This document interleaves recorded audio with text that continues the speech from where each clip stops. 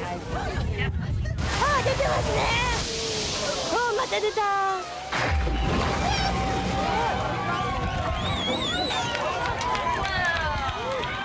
65 countries and overseas territories are now conducting whale and dolphin watching tours.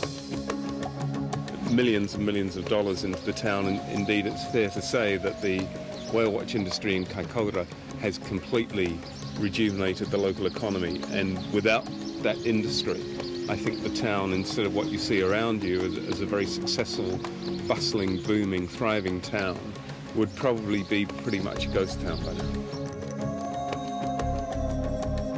The fastest growing component is ecotourism, and within that subsector, whale watching is growing at a rate of 17% each year.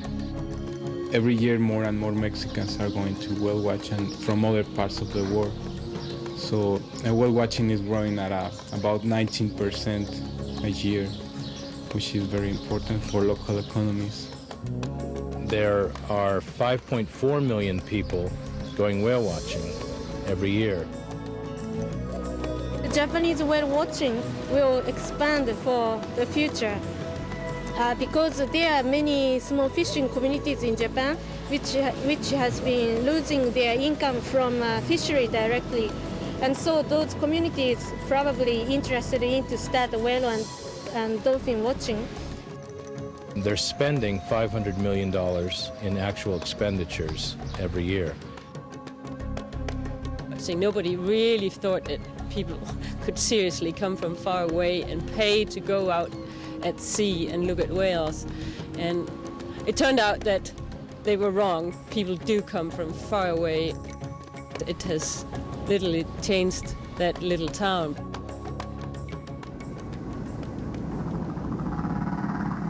The great success of whale watching hinges on its substantial economic value.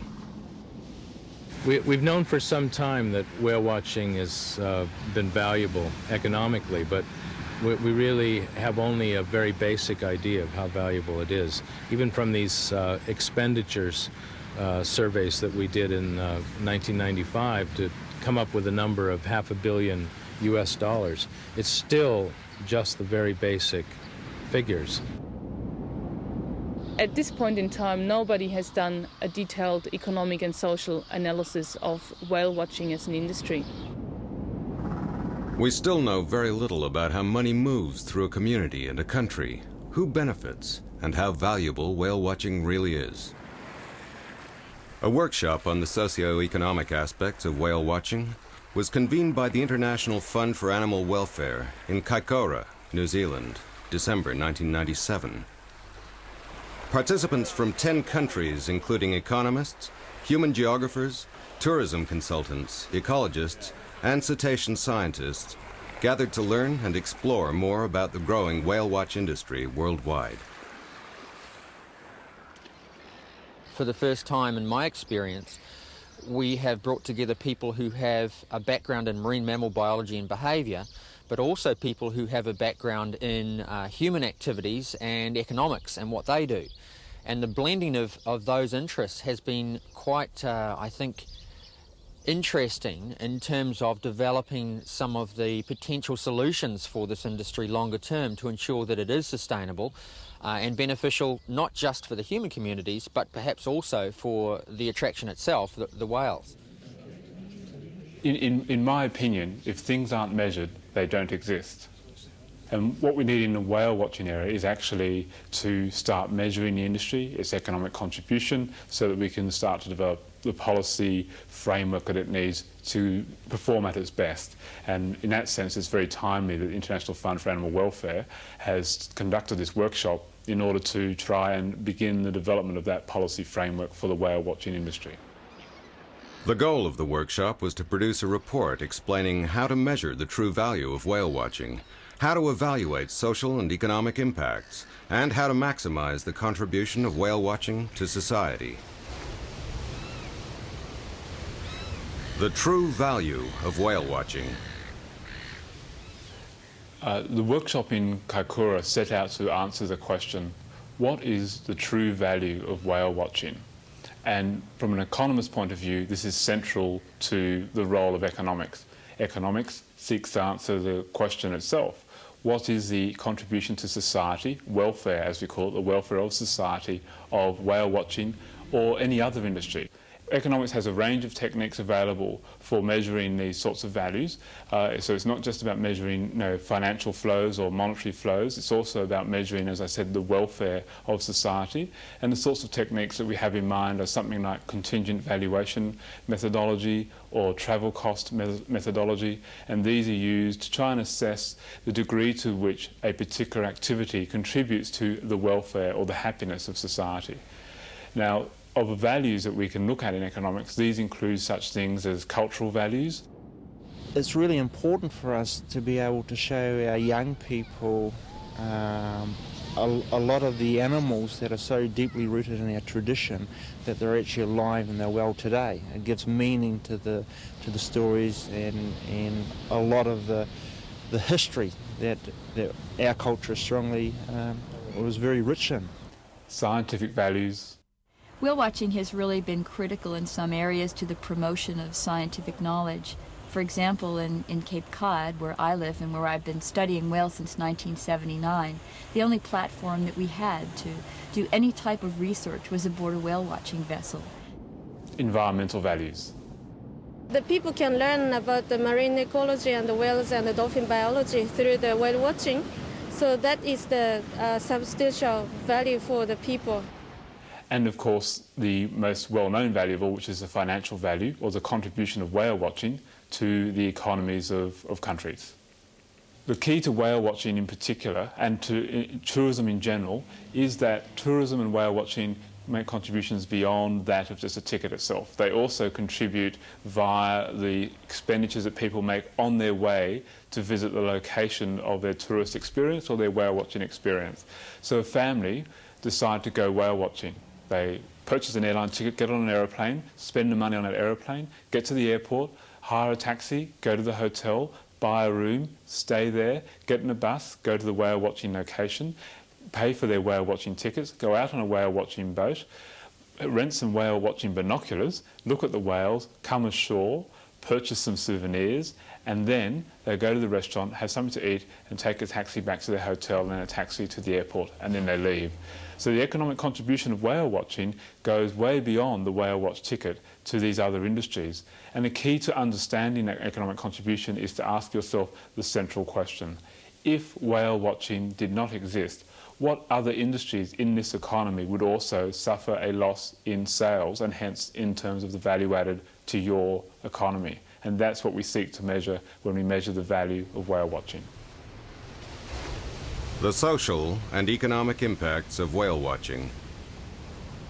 Development of whale watching can impact the entire social fabric as well as the environmental web in the area in which it takes place. We know very little about situations where whale watching is occurring and where there are a number of social and economic aspects of it. By sharing information about previous experience, by providing that information for others, by listing common concerns that have been found in some of these situations, we can offer a way for others to look at their own situation and understand it better. Extra facilities that the whale watching's brought to Kaikoura, more restaurants, better libraries, you know, you name it. It wouldn't have developed a lot of those things for local people. It's just not business people that prosper, it's the farmers and that as well.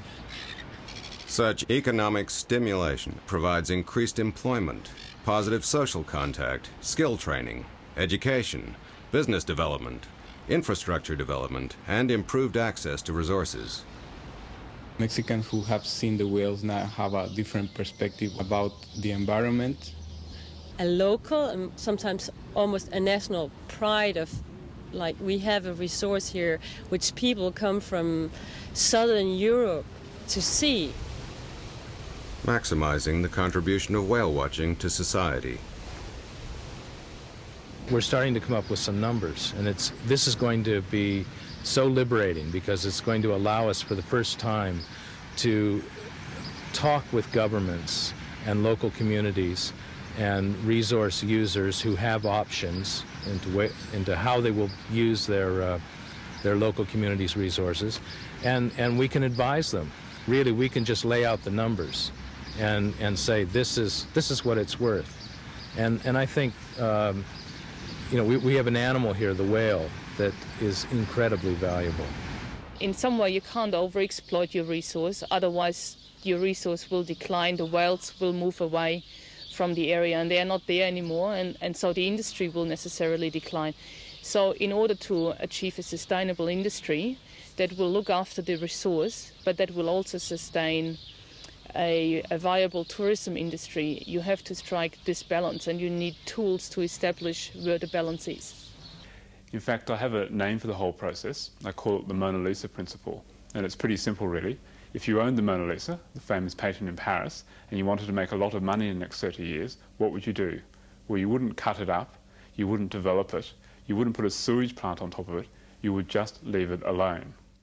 To make sure that in maximising the benefits from this industry, we try our best to change the people as a result of their experiences, so that the next time they go down to a beach, instead of walking past a piece of plastic on the beach, they stop and they think, well, hang on, those whales that I enjoyed last week on the whale watching trip could be impacted by this plastic bag, so I'll stop and pick it up. Now then you can argue there's a positive benefit, a concrete positive benefit for the marine environment as a result of those people going whale watching. It needs to be carefully managed, which means that the operators themselves have to give considerable thought to maintaining a high quality experience that doesn't harass the animals. We need to make sure that the Southern Ocean Whale Sanctuary stays in place, and we need to take greater care about looking after our oceans. I recommend to local stakeholders in the whale watch industry that they get together with economists in their area and measure the true value of the whale watch industry to their community. In the workshop, we developed a range of techniques that we've written up in a report to enable communities to put the value of whale watching on the public record.